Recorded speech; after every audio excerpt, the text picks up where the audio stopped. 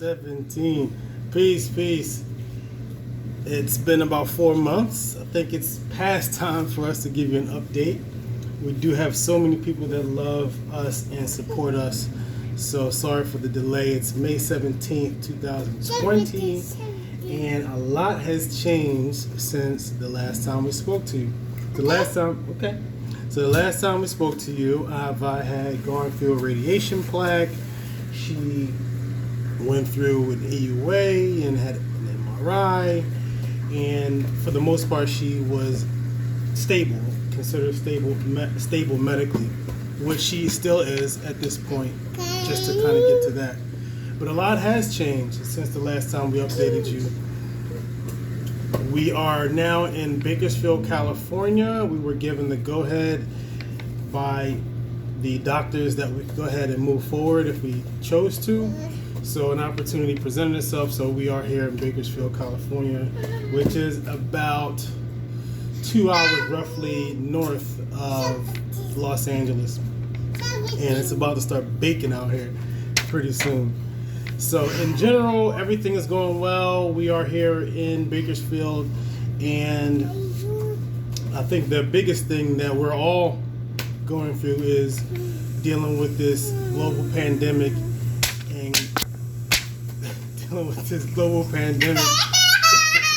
COVID-19.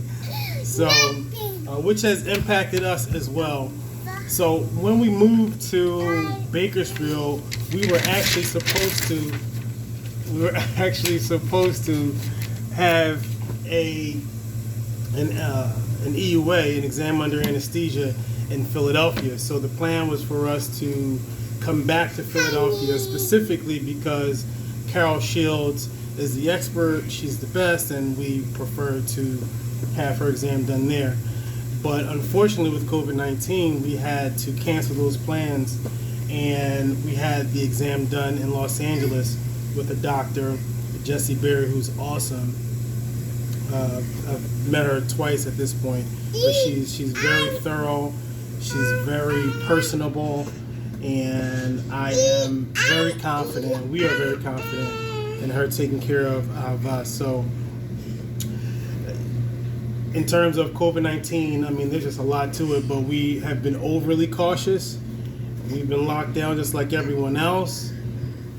Prior to her first exam under anesthesia with Dr. Berry, we were required to drive to LA the day before, have Ava tested for COVID-19 through this drive-through testing setup that they had, basically. I was concerned that they did not want to test me, which I understand there's issues with testing and all that, but there was, the issue of, me potentially bringing something, or other parents bringing something into the hospital, but that's what they had. And then the following day we had the exam under anesthesia, which went well. She was considered stable, and the one thing, she didn't have any C's, but they did do some laser treatment because she has calcified scar tissue, but not all of it is completely calcified, so they lasered, so Dr. Berry lasered certain parts of it because there's potential for C's to grow in the portions that are not completely calcified, basically. So we had a laser treatment done. She recovered fabulously in terms of the anesthesia, as she normally does. And we continue our patching twice a day. And as far as patching, she's become an expert at ripping the patch off. She makes it very challenging at times. Sometimes she's good, sometimes she's a challenge. And the challenge for me is to keep her occupied so that she doesn't realize she has it on. But that's an everyday thing, basically. That's an everyday thing. That's right. So she's had, that's right. She's had 2 EUAs since we've been here in Bakersfield. We just had one this past Thursday, which went very well. Same thing, lasered some calcified tissue. One of the things that we did change, and this goes back to the first EUA, and the last EUA in Philadelphia, we decided to give her what they call silly juice, which basically we've been avoiding. It's basically to calm her down prior to separating from us. I don't like it. My wife doesn't like it, but she's been progressively it's become more difficult for her to separate from us, basically. So essentially, it's like it is a drug, and it was just kind of difficult to see her kind of get a little bit loopy. But that was one thing that changed, and we made that decision basically because we don't want her to suffer and be so upset prior to going into anesthesia or really a medical procedure and operation. So that was one thing that changed. So we had this last EUA. This time we didn't have to drive to LA. The day before, they were able to do a rapid test the day of, and she was cleared in terms of COVID-19. And the only other thing that happened that was somewhat surprising, and I was a little nervous when she came out and talked to me about it, was that after radiation, it's common for blood vessels to bleed. So she had some bleeding in the eye, nothing that was serious, nothing that hurt her, nothing that I could notice, but she noticed it when they were doing the EUA. So she came out and talked to me, and basically it required an injection of this drug called Avastin. And it's basically to stop, what is that? That's your tongue? Basically to stop the bleeding. So there's potential that she'll have another injection, maybe even up to 3 injections. We're trying to update people on how you're doing. Well, I guess you guys can see she's doing well. And then you want to see my. So that part was a little bit scary, but after she explained it, it was pretty much a no-brainer that we would do it.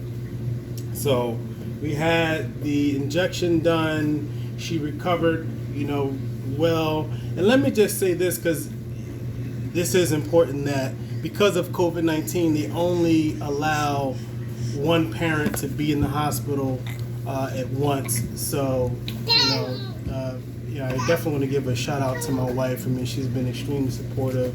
She has been a super, super trooper, and it's difficult for both of us. But, I haven't made a lot of mention about her in terms of being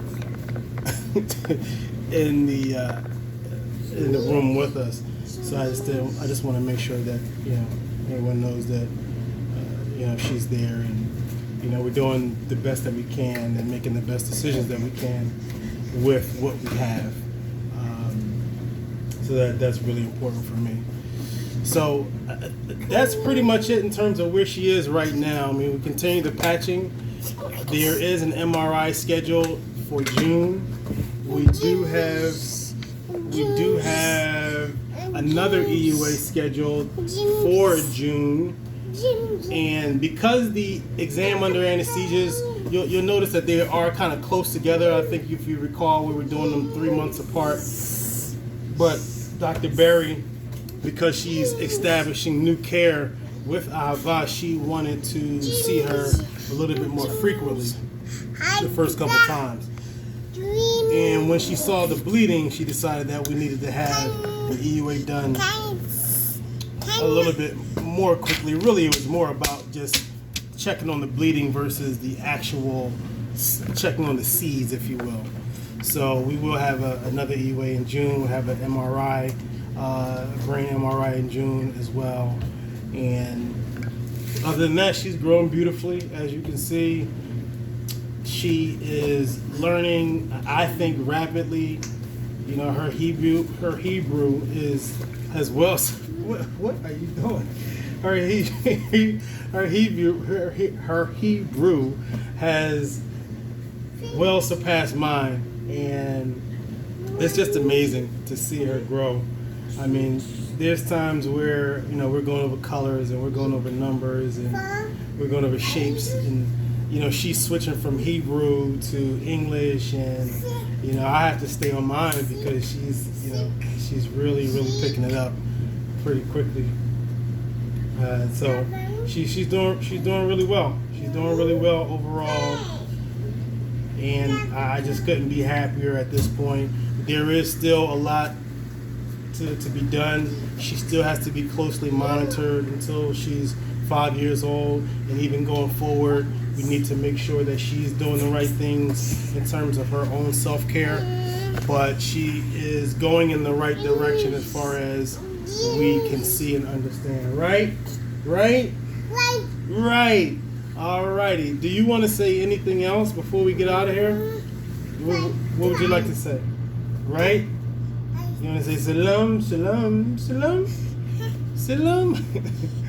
Alright, so the last thing I'll say is, for anyone out there, look for the glow. It looks like a cat eye reflection, or a white or yellow glow in the eye. If you see that in the eye of a child, you want to make sure that you get that child checked out right away.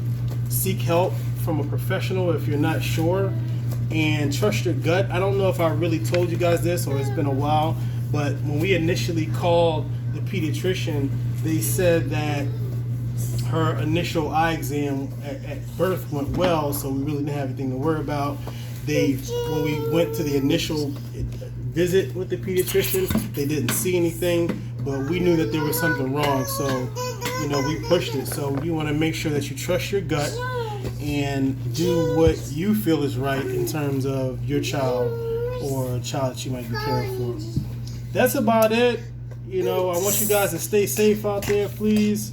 I know that states are opening up and a lot of things are changing. Trust your gut with that, I would say, but I would also, more than anything, have you lean on the science, and that's a whole different conversation.